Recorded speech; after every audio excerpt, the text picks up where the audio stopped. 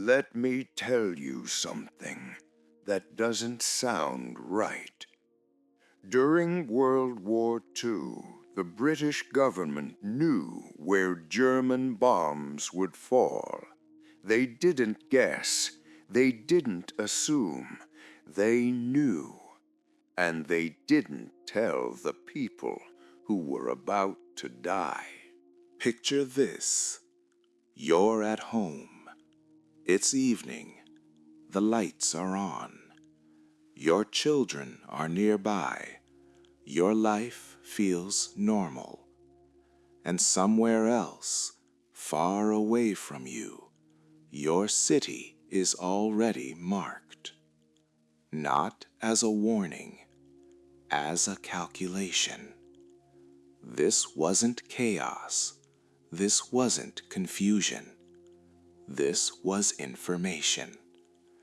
Britain was reading German messages, routes, targets, timetables, which means when bombs fell, it wasn't a mystery.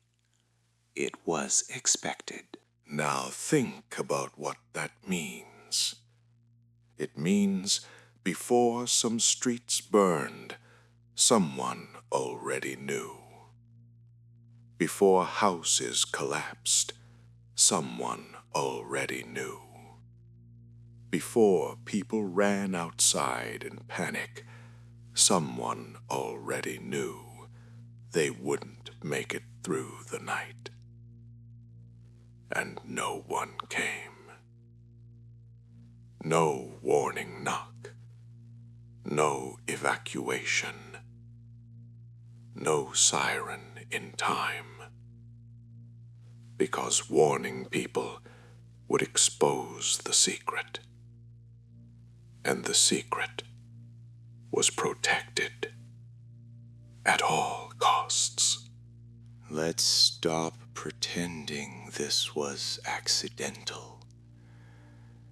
This wasn't fate. This wasn't the fog of war. This was a decision, a deliberate one. In quiet rooms, with maps on tables, cities were discussed. Not emotionally, not angrily, calmly. Lives were turned into numbers, and some numbers were crossed out. There was a phrase used, acceptable losses. That phrase didn't mean soldiers. It meant families, workers, children, British citizens. If you lived there, you would never know. You would think the attack came out of nowhere. You would believe no one could have stopped it. That belief was very convenient because it kept people quiet. The government needed randomness. Randomness hides patterns. Patterns raise questions, and questions were dangerous. So silence was safer than honesty. After the war, people asked, why was our city hit again? Why did help come so late? Why did no one warn us? They were told, bad luck, timing, nothing could be done. That wasn't true. The truth stayed buried, not because the enemy demanded it, but because the public wasn't supposed to know. For decades, by the time the documents surfaced, most of the victims were already dead.